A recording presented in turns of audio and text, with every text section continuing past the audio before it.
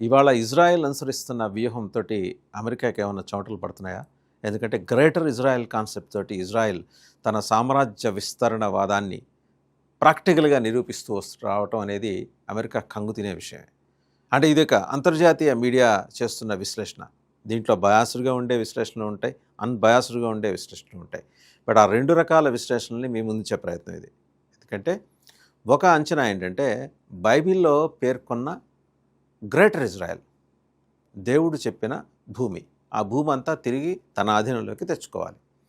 So ఆధీనంలోకి తెచ్చుకోవటం కోసం ఈరోజు ఇరాన్ యుద్ధాన్ని ఇజ్రాయెల్ చాలా సమర్థవంతంగా తనకు అనుకూలంగా మలుచుకుందనే వాదనలు వినిపిస్తున్నాయి. వెరీ ట్రూ అయి ఉండొచ్చు.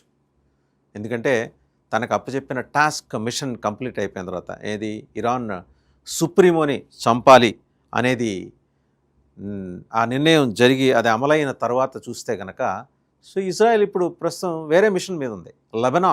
లెబనాన్లో ఉన్న హెజ్బుల్లా ఉగ్రవాదుల్ని అణిచివేయటం, వాళ్ళ కమాండర్ని చంపేసింది ఆల్రెడీ. బహుశా ఇరాన్ యుద్ధానికి ట్రంప్ విధించిన గడువు 4 వారాలు. అది పూర్తయ్యే లోపల సగం లెబనాన్ని ఇజ్రాయెల్ ఆక్రమించేయచ్చు.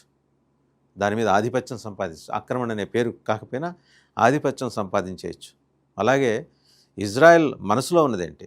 సిరియా, టర్కీ భూభాగంలో కొంత, ఈజిప్ట్లో కొంత, అది కొంచెం ఇంకా కిందకు విస్తరిస్తే సౌదీ దాకా.